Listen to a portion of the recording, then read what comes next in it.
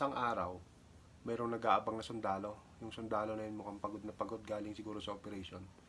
Nakatali yung kumpat niya, tapos nakasakpat sa balikat niya. Tsaka dala niya yung helmet niya. Tsaka isang malaking bag. Nung dumaan yung jeep, sumakay siya. Agad siyang nakatulog ngayon. Sa bilis ng takbo ng jeep, umaltag niya ng malakas. Nahulog yung kumpat niya. Para, sabi nung konduktor. Bakit? May baba, sabi ng driver. Hindi, nahulog yung kumpat ng sundalo. Napatingin ngayon yung seaman doon sa sundalo. Katanga naman kanyang sundalo nito. Hinayaan niya mahulog yung kumpat niya. Yung sundalo ngayon, walang kibo. Tahimik lang. Nung naiabot na sa kanya ng konduktor yung kumpat niya, kabanti na sila ulit. Hinataw na naman ng driver. Nung nadaan sila sa bako-bako, umaldag na naman ngayon, nahulog yung helmet. Para. Sabi niya. Bakit? May baba? Hindi, nahulog yung helmet ng sundalo. Yung seaman ngayon, masama na. Katanga talaga. Paano kaya naging sundalo to? Sabi niya.